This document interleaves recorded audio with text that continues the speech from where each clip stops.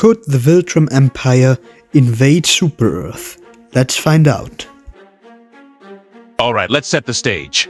The current Viltrum Empire, with about 50 Viltrumites left, including Thrag, Conquest, and Omni-Man, but without any servant species, are forced to flee the invincible universe due to the Scourge virus.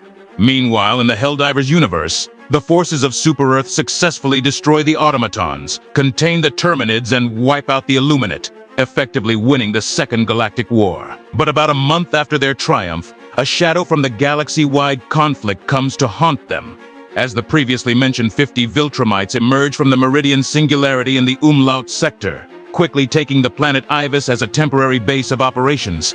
Temporary since it's about to be consumed by Meridia itself. The Federation of Super-Earth repel the Viltrum Empire using the SEAF, Super-Earth Armed Forces, the Super-Earth Navy, the Helldiver Corps, and the Democracy Space Station? Or will it be decimated like countless planets before it? The Viltrum Empire would probably try to pretend to be friendly at first, trying to infiltrate the Federation and weakening it from the inside, much like they did on Earth in their own universe. They would offer to aid Super-Earth with their overwhelming strength and trade advanced technologies like intergalactic travel in return for a planet to call their own. However, as seen with the Illuminate in the First Galactic War, Super-Earth is not content with simply trading with advanced species, so they would demand the immediate surrender of the Viltrum Empire, possibly even wanting to dissect and study Viltrumite physiology for the creation of super soldiers or bioweapons, as Super-Earth likes to do. This would enrage the proud Viltrum Empire, and they would firmly deny the insulting offer. However, they would not have the time for a surprise attack, or even further negotiations, since Super-Earth has been shown more than willing to attack stronger foes. This would spark a war Super-Earth would originally label as the Ibis Incursion. One of the earliest but also bloodiest battles would probably be the Battle of Ibis, where a Super-Earth fleet larger than anything the previous 2 galactic wars had ever brought forth would engage the Viltrum Empire in a massive showdown that would span the entire star system and cost billions of lives. However, the battle would be interrupted as the Meridian Singularity would hit the system, forcing both sides to abandon the system. 90% of the present Super-Earth fleet would be destroyed, while the battle would cost the lives of up to 10 Viltrumites, most of them falling victim to the black hole instead of enemy fire. This significant loss for both sides would show both of them how serious the conflict truly would be. So Super-Earth would officially declare the Third Galactic War, only a month after the second one ended. After the disastrous Battle of Ibis, both sides would quickly decide that it would be smarter to spread the enemy's forces thin. Instead of doing battle on a system-wide scale, the remaining Viltrumites would quickly seize an uninhabited planet to regroup and plan, sending out weaker Viltrumites like Lucan and Thula to screen the surrounding space. They would send out one of their most trusted soldiers, Omni-Man, to do recon on the enemy. Nolan would know not to underestimate Super-Earth, as he is intelligent enough to keep in mind the enemy's fast response capabilities. So he would quickly decimate the entire population and defenses of a colony planet, similar to what he did to the Flaxans. He would try to interrogate some survivors, but would fail to do so since the people of Super-Earth are too indoctrinated to betray their government. So Nolan would simply gather what he could from the surviving databanks, learning about the Federation, including the location of Super-Earth itself. From the data Nolan gathered, Grand Regent Thrag would gather that the most logical move would be to shatter the very foundation of the Federation's indoctrination by destroying Super-Earth itself. So, he would send out a few weaker Viltrumites to distract the enemy by attacking their colonies.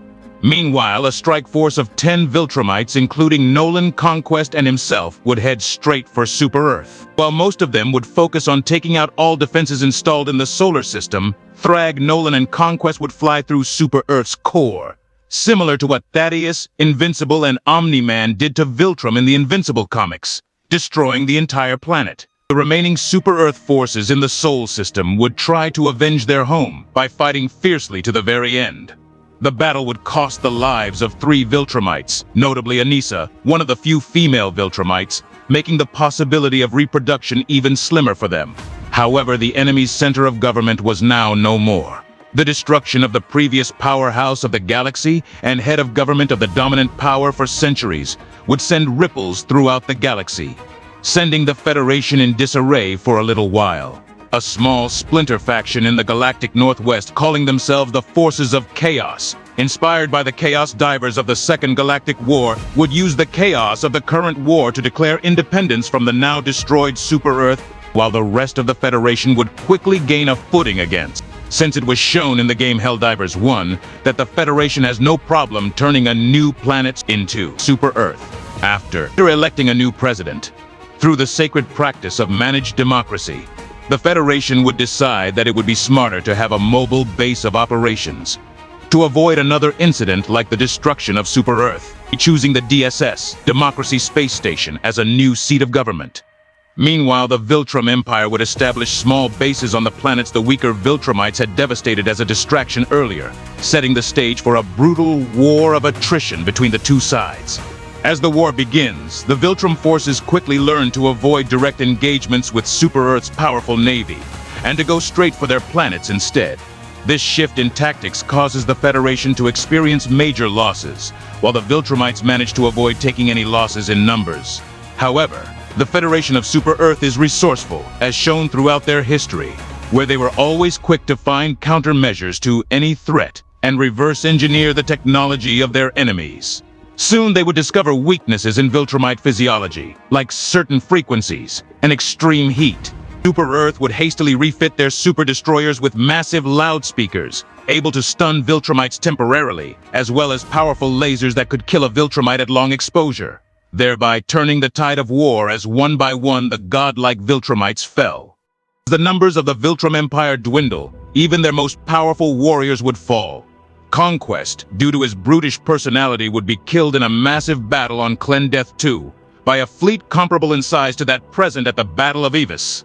Meanwhile, Nolan, in a strategic masterstroke, would be able to locate the Democracy Space Station over Calypso and engage the mobile seat of government while its warp drive was recharging. The powerful Viltrumite warrior got dangerously close to the space station, as sonic attacks had no effects in the vacuum of space. However, as he got in range of the station, it would manage to knock him into Calypso's atmosphere with a barrage of precise rail cannon strikes, where he was then bombarded with harmful frequencies and eventually taken out by the DSS's laser turrets.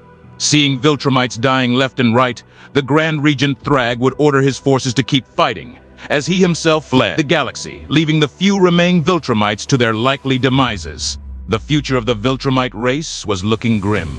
Many considered surrendering to Super-Earth. However, in their moment of greatest despair, a new figure emerged from the mists of galactic history, offering an alternative for the people of Viltrum.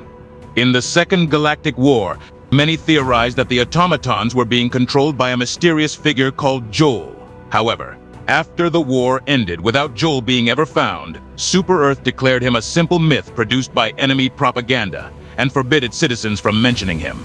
But now the remaining Viltrumites were approached by a cybernetically enhanced figure, donning that very name. As it turns out, after losing the Second Galactic War, Joel decided to change his approach and started nurturing the seeds of rebellion within the Federation, eventually leading to the creation of the Forces of Chaos under his control. Without an alternative, the remaining Viltrumites agreed to join his army, triggering the second phase of his plan. Joel would order half of the Viltrumites to keep Super-Earth busy, while the other half would start reproducing with as many human citizens of chaos as possible. In addition to that, he would unleash a wave of automatons he had started producing after his faction declared independence, using abandoned automaton factories from the Second Galactic War. This would shake Super-Earth at its core once again, as they now faced the overwhelming numbers of the rebuilt Automaton Legion, combined with the devastating force of the remaining Viltrumites and the scheming tactics of the mastermind that is Joel. As the Forces of Chaos along with the remaining Viltrumites enter a bloody conflict with the already shaken Federation of Super-Earth, Joel orders his Viltrumites to carry out an assault on the Terminid Xenology Center on Turing and capture the leading scientists. He then immediately starts using these researchers to create a hybrid species of Terminids, humans, and Viltrumites. This new species is mostly Viltrumite, due to the dominance of their DNA. However, it also matures as fast as the Terminids, creating a way to grow large amounts of powerful Viltrumite troops in a very short time, similar to what Thrag did in the comics using the Thraxan species. With a large number of Viltrumites now at his disposal, The Federation of Super-Earth rapidly starts being pushed back by the forces of chaos. Even with this new immense Viltrumite army, the battle is still bloodier than ever. Oftentimes, the Super-Earth Navy would distract the defending Viltrumites of a world, while the helldivers would carry out brutal raids on the nurseries where the hybrids were being bred and raised, and massacring them all without remorse. Super-Earth still has the capabilities to kill Viltrumites with combined sonic attacks and high-heat lasers.